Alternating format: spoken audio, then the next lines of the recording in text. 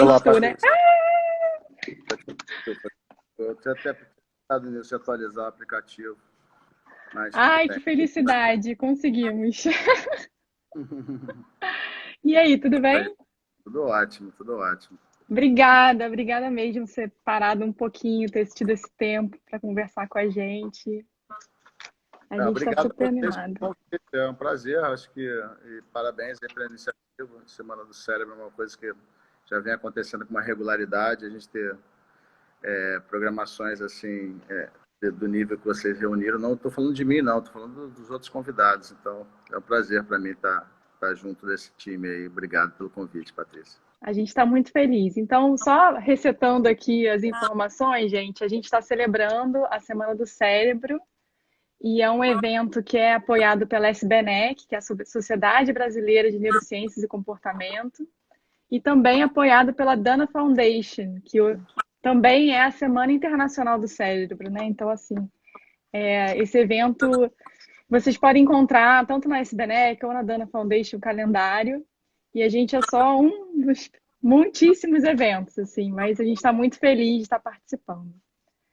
Rogério, então, te contei um pouquinho, né, aqui o projeto de extensão é para pessoas que nos seguem aqui no Instagram, a gente tem mais de quase 3.000 pessoas que são apaixonadas pela neurociência como a gente. E eu queria, sim, se a gente estivesse numa conferência, eu ia te apresentar com aquelas formalidades e tal. Não é o caso aqui, né? Então, eu queria que você se apresentasse, assim, para um público que não fosse da sua área, que não fosse num congresso. Como que você se apresenta normalmente? Ah, sim, Patrícia. Não, eu sou um médico interessado e fascinado pelo cérebro, né? Eu acho que desde quando eu entrei para a faculdade, antes mesmo, eu já pensava sobre estudar o cérebro, porque a gente já sabia que tinha mais perguntas do que respostas quando a gente estuda o cérebro. E eu acho que desde então eu venho cada vez mais me dedicado a estudar isso e ver como usar esse conhecimento para o bem-estar das pessoas, né? Usar esse conhecimento para o bem-estar dos nossos pacientes, bem-estar das pessoas que estão envelhecendo.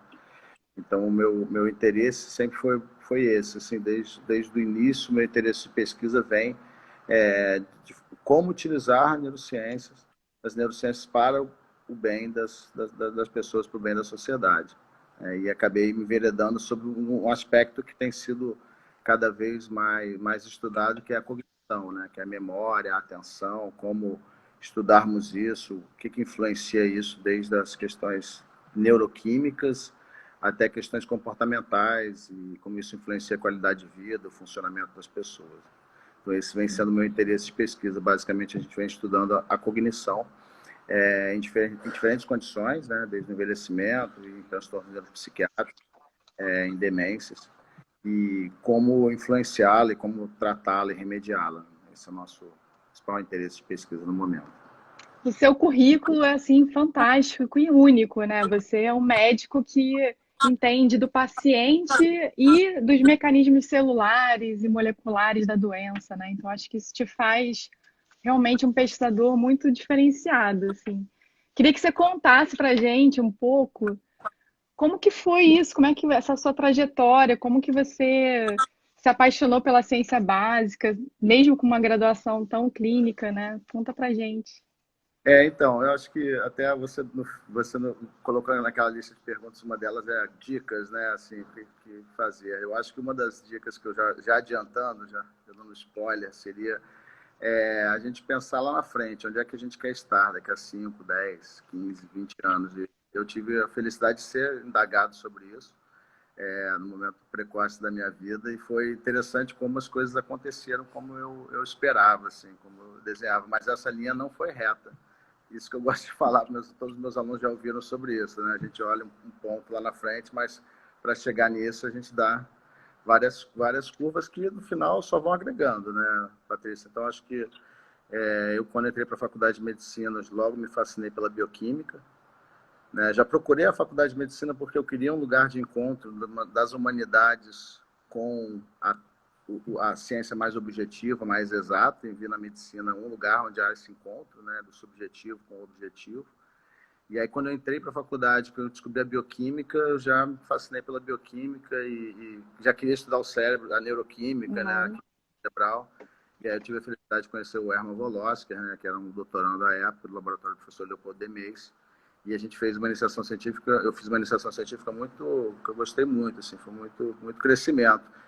Então, aí eu já entrei na bioquímica, né? E daí, depois o Herman foi para o John Hopkins para fazer o pós-doutorado dele, eu me embrenhei lá no Instituto de Psiquiatria, já estava entrando para a residência em psiquiatria, quando o Herman tinha recém-voltado dos Estados Unidos com a posição de professor, e também, né, com dinheiro, com todas as condições, ele tinha descoberto uma enzima do cerebral, que é a serina racemase, e me convidou para fazer o doutorado. Então, às vésperas de eu começar a residência em psiquiatria, eu larguei a vaga e decidi fazer o doutorado na bioquímica. Uau. Foi uma das coisas Mas que eu... você sentiu esse conflito assim do tipo, vou ser um médico psiquiatra ou vou seguir a carreira básica? Ou você já visualizou esses dois caminhos juntos? Não, esse momento foi um total conflito. Eu lembro que meu pai mesmo, que era engenheiro, perguntou para uns amigos, alguns amigos falaram que eu tinha que tomar essa decisão, que eu não podia servir a dois deuses, que seria a clínica e a pesquisa. Eu recebia conselhos dessa forma, né? Mas, assim, eu acho que, principalmente, recebi alguns apoios já desde esse início, né? Falando, não, você depois faz a especialização em psiquiatria, você não precisa largar a psiquiatria. O Herman mesmo falava que a psiquiatria ele achava que era uma coisa que eu conseguiria fazer depois, fazer um título de especialista, como eu acabei vindo fazer. Né? Mas, assim, o que me fortaleceu muito foi os Estados Unidos, realmente, vendo que nos Estados Unidos isso era uma trajetória não tão peculiar, né? Aqui no Brasil quer dizer, eu conheço alguns Uhum. colegas que fizeram trajetórias semelhantes, mas no Brasil, mal ou bem, ainda é uma coisa Raro, né? mais Bastante isso, raro. mas, enfim, isso me animou. E eu acho que uma coisa importante da gente lembrar é que, assim, sempre que a gente tem um conhecimento, e mesmo que em outra área, quando a gente muda de área, a gente carrega aquela bagagem com a gente. E Sim. essa bagagem a gente tem que usar, essas ferramentas a gente tem que usar. Então, depois de, né, fazer o doutorado com Herman em Neuroquímica, eu fui fazer um pós-doutorado lá na Califórnia, nos Estados Unidos, com neurociência cognitiva, né? Fui trabalhar com treino cognitivo digital, que é a nossa principal área de trabalho até hoje. Quer dizer que você foi da molécula para a cognição. Também A foi um cognição, exatamente. salto.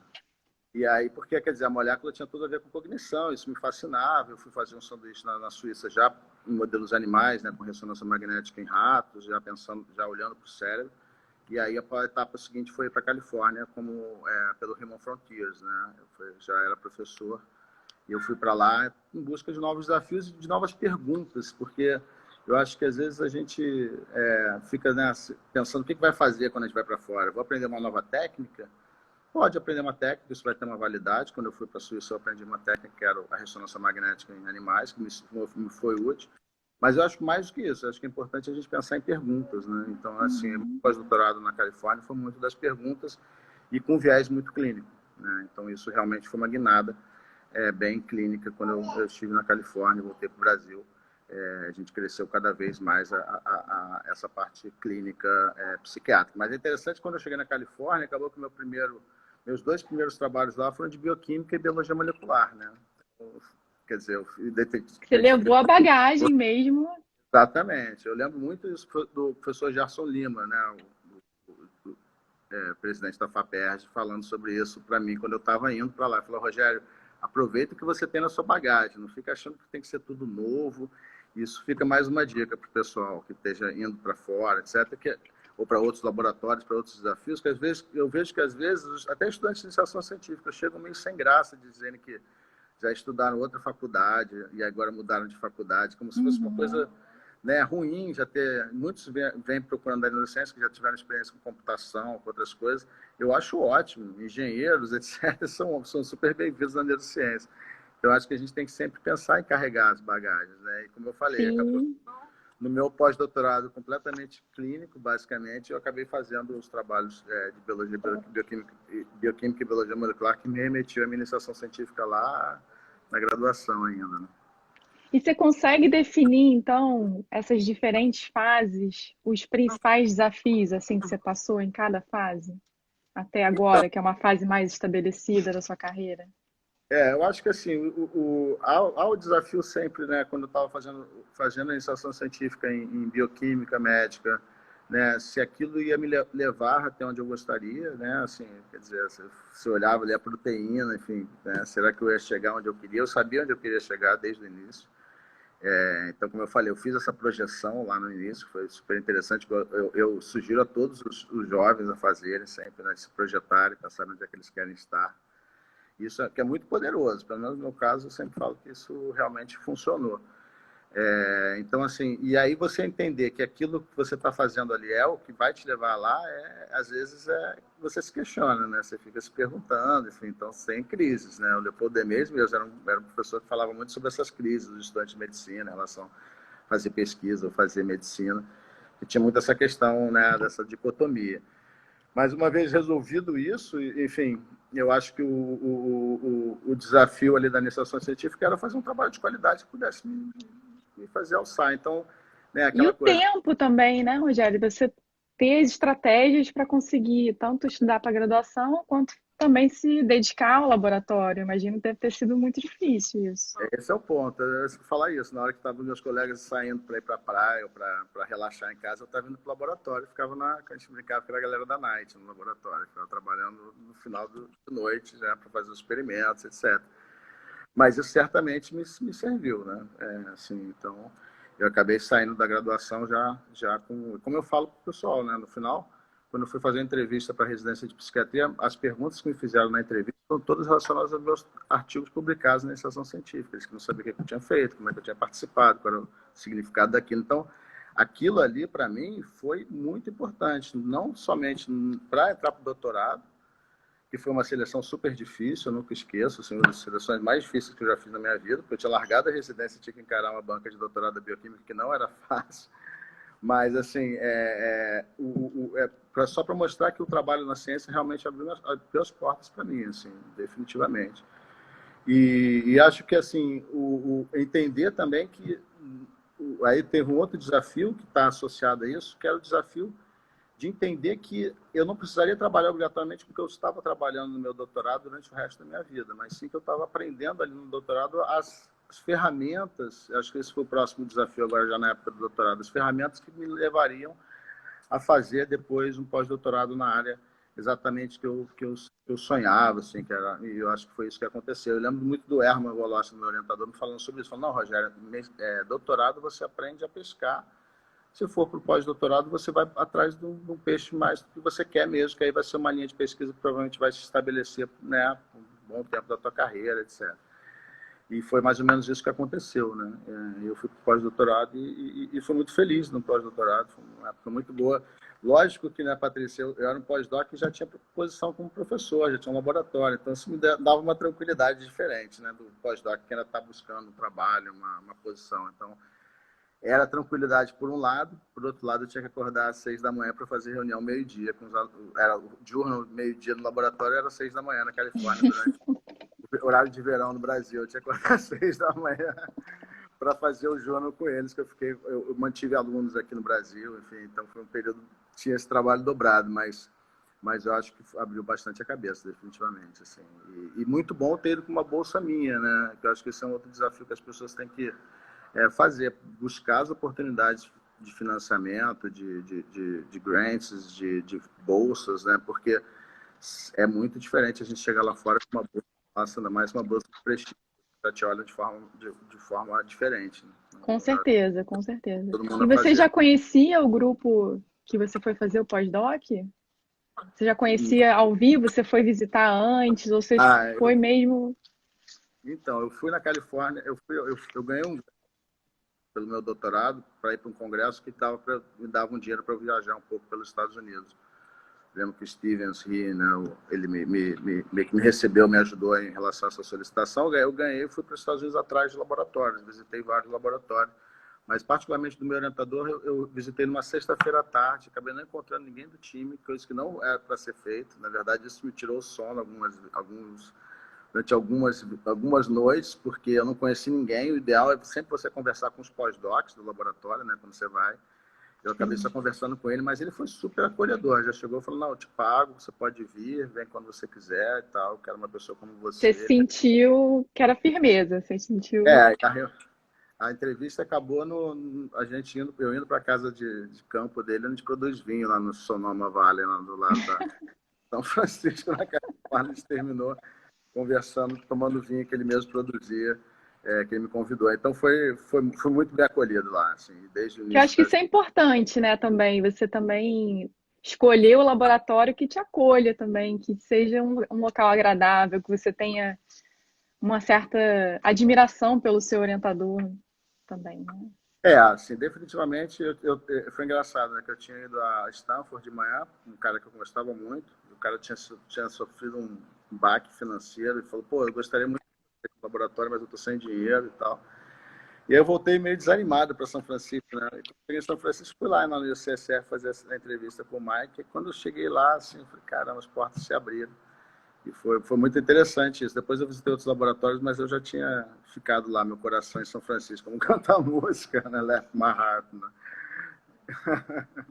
E assim, fazendo um balanço da sua carreira, eu sei que você é jovem, mas você já tem uma carreira bem estabelecida, né? Mas o que que você considera a sua maior contribuição até o momento, assim, profissional? Pode ser de diferentes âmbitos, assim, não precisa ser o artigo mais citado, ou enfim, pode ser uma visão pessoal mesmo sua, da sua Eu carreira. acho, eu acho que a maior contribuição que a gente dá, pelo menos para mim, assim, no Brasil, no nosso trabalho, é a formação dos jovens. Assim. Eu acho que o nosso país ainda consigo acreditar no nosso país como um país de jovens que precisam de formação.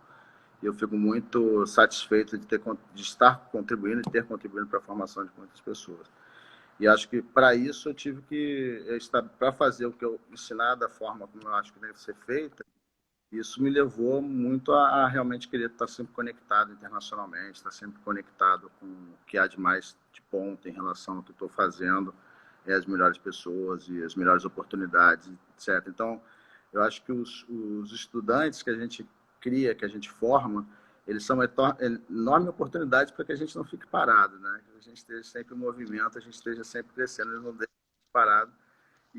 Por outro lado, eles trazem um rigor ético que eu acho fascinante. Então, para mim, assim, trabalhar com os estudantes, puxando a gente a sempre ser melhor, sempre ser melhor eticamente, ser melhor em termos de estarmos atualizados, sermos inovadores, etc. Para mim, isso é o mais fascinante. Assim, eu bebo Sim, dessa fonte o tempo todo. Mas eu acho que a maior contribuição, definitivamente, é a gente formar pessoas que têm essa mentalidade para que a gente possa realmente fazer diferença, né, no nosso país. Enfim.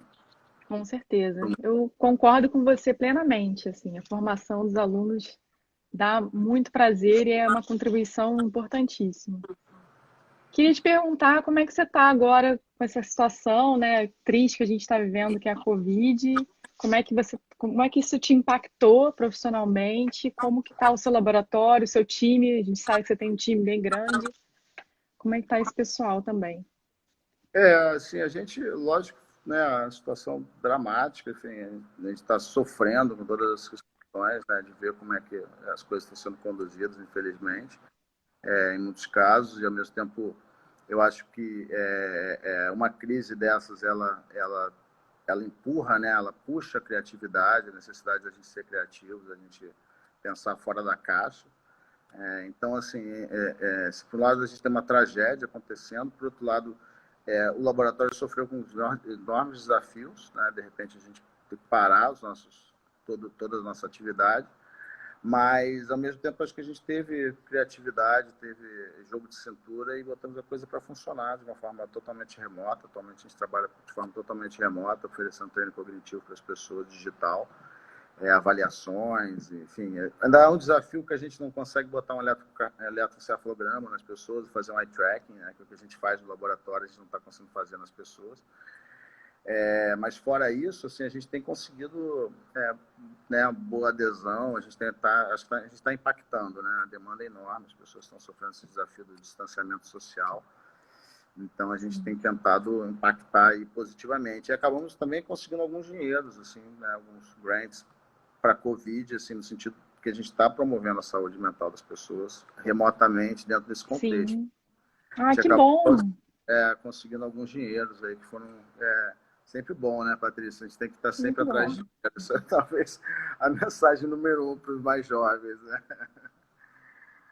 Sim, esse que a gente vai terminar falando sobre isso, né? Falando um pouquinho sobre os mais jovens. E na verdade a gente recebeu algumas perguntas para você, mais simples assim, que foi no nosso aqui no nosso Instagram mesmo.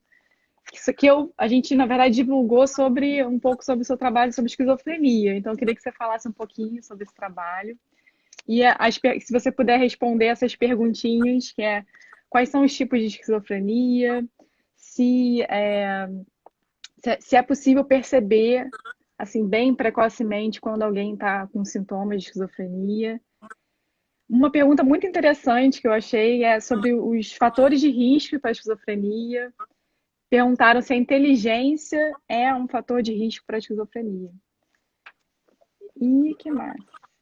Ah, e sobre a cognição, como é que você explica, assim, para linguagem de divulgação científica, o que é a cognição? Então, sintomas, inteligência, fator de risco, Isso. tipo E de os tipos? esquizofrenia, o que é a condição, tá? Isso.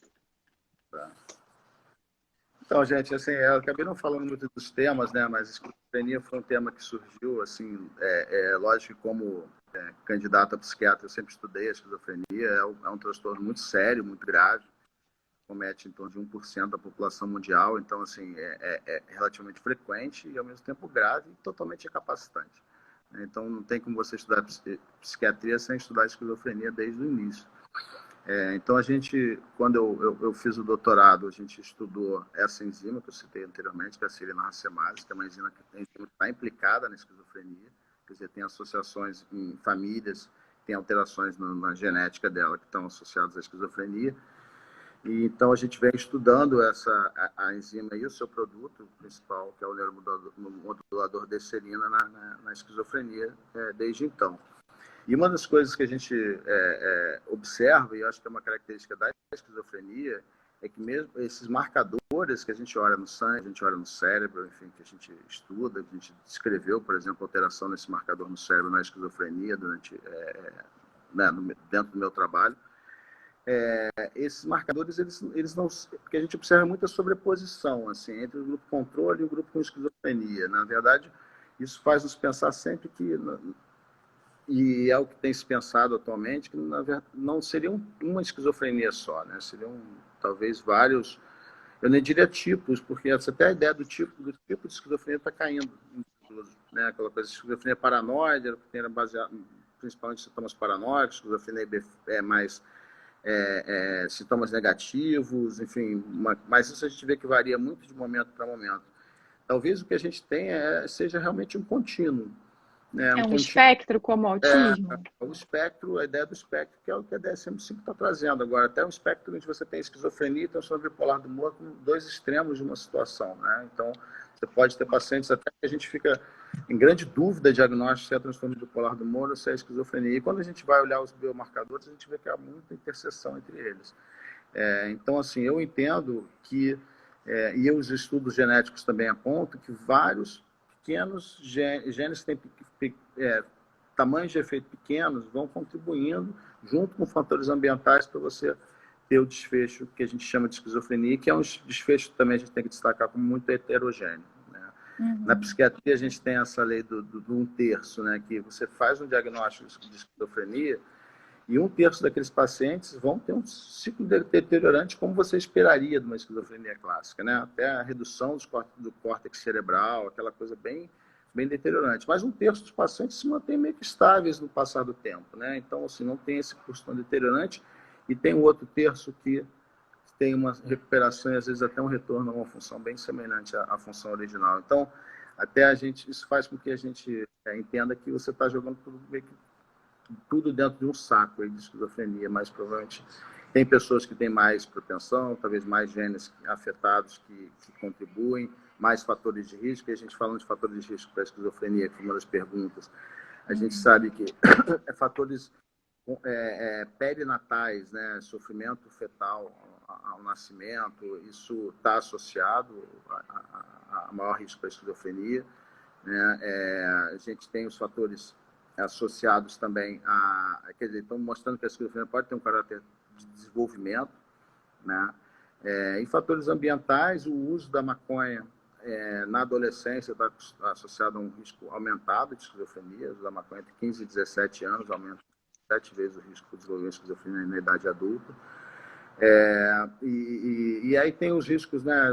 Morar em cidade é considerado um risco em relação à vida no campo, mostrando que o estresse ambiental é um fator de risco também para a esquizofrenia, né? Então, assim, acho que é um transtorno que tem um aspecto de desenvolvimento, certamente, mas provavelmente várias vias que estão contribuindo para esse pacote, né, esse grupo que a gente chama de esquizofrenia, que na verdade são apresentações, muitas vezes, com uma certa diversidade, né? Mas, assim, eu entendo o cérebro como algo que tem os seus modos operantes funcionando errado. Assim, em determinados momentos ele entra em uma operação errada, né? Epilepsia é um exemplo disso, né? O cérebro começa a disparar de forma inadequada e você tem, né, focos epiléticos, etc. Mas a gente não chegou ainda nesse ponto, mas provavelmente na psicose, que é o que caracteriza a esquizofrenia, você tem um modo operante do cérebro ali que é disfuncional, que leva toda aquela milha de sintomas, mas e que diversas vias podem chegar ali. Então, você pode ter uma pessoa, por exemplo, com depressão fazendo sintomas idênticos à esquizofrenia, né? Então, é muito importante, e eu acho que a maior característica da esquizofrenia, que é a característica da psicose, é essa quebra com a realidade. Então, assim, até uma comunicação para as pessoas que, né, em casa, enfim, pessoas conhecidas que começam a falar coisa com coisa, né? Quer dizer, a pessoa começa a ter essa quebra com a realidade. Isso pode ser um sintoma de psicose, que não é esquizofrenia obrigatoriamente. Pode ser sintoma de transtorno bipolar do humor, de depressão, depressão pós-parto, de intoxicação por corticoides, medicamentos corticoides podem dar psicose. Então, são todas vias que levam a esse mesmo quadro, que é a psicose, e que assusta tanto, e realmente tem que assustar. É uma coisa que a gente tem que tratar, tem que buscar atendimento. Ninguém tem que E que ficar... aparece logo cedo, assim, no adulto, né? No adulto jovem. Então, a esquizofrenia clássica, né, ela começa no adulto jovem, né? Nos homens um pouco mais cedo que nas mulheres, tá? Casos início mais cedo, que indica que tem mais fatores de risco atuando início mais cedo, geralmente estão relacionados a piores prognósticos, né? Quem começa mais tarde tem prognóstico melhor que quem começa mais cedo, tá?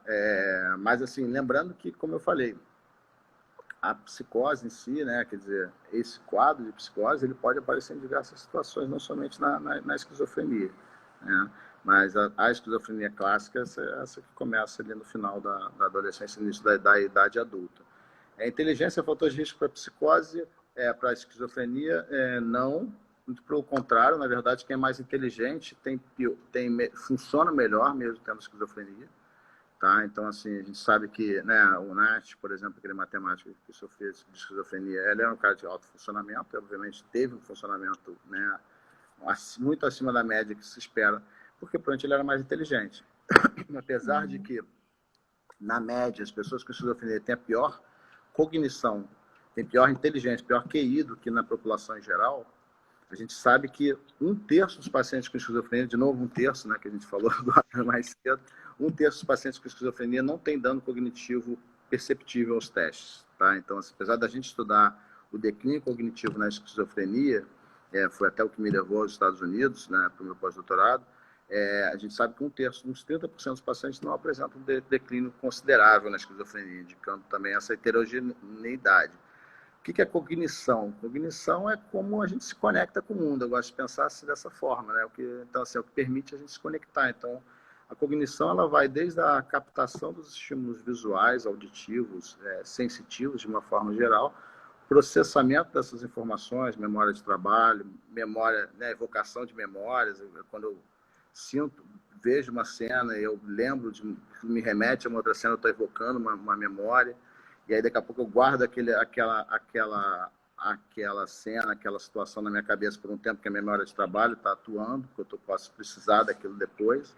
Eventualmente, posso me esquecer, né? Como dizia o Ivan Esquerdo, saudoso professor Ivan Esquerdo, né? A memória, a importância de esquecermos para memorizarmos, né? Então, a gente está falando, quando a gente fala de cognição, a gente fala de atenção, que é o início de tudo, é o que permite eu me comunicar com o mundo, né, e prestar atenção e captar as coisas para minha memória, para minha capacidade de resolver problemas, para minha capacidade de inibir respostas, né? São as funções executivas, chamadas funções executivas. Então, tudo isso é o que a gente chama de cognição, respondendo a pergunta sobre o que é cognição. Sim, muito bem, muito obrigada mesmo. Acho que a gente já está terminando aqui nossos 30 minutos de conversa, passou um pouquinho por causa do início, mas foi maravilhoso, Rogério. Muito obrigada, de verdade. Que bom, E se alguém obrigado. tiver. Desculpa, pode falar. Não, parabéns pela expectativa de novo. Assim, espero que esse sucesso aí para vocês aí Obrigada, vai nesse ser uma trabalho. semana bem agitada. Gente, se alguém tiver alguma pergunta, professor Rogério, pode mandar para a gente encaminha. Sei que não deu tempo de talvez responder tudo, mas essas foram as principais perguntas que a gente coletou aqui. E agradecer mais uma vez. Obrigada, Rogério. Valeu, Patrícia. Um Obrigado a vocês. abraço. Tchau, tchau.